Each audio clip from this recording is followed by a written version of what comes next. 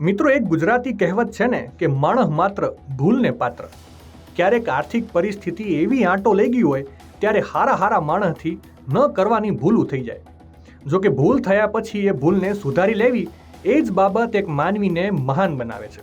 અને એવી જ કંઈક મહાનતા દેખાડી છે એક ચાલાક ચોરે.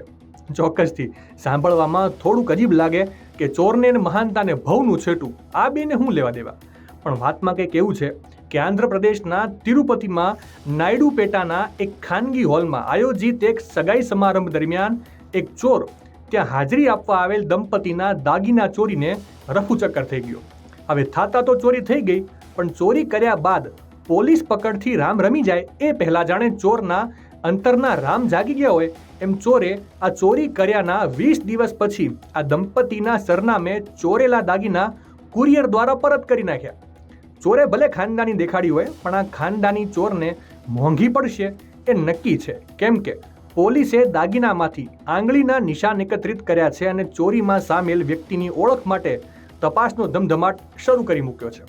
આ સમાચાર વહેતા થયા પછી ચોર પણ કહેતો હશે કે ખરેખર દયા ડાકણને ખાય. કેમ કે ચોર માટે આ તો ધર્મ કરતાં ધાડ પડી હોય કંઈક એવું બની ગયું છે.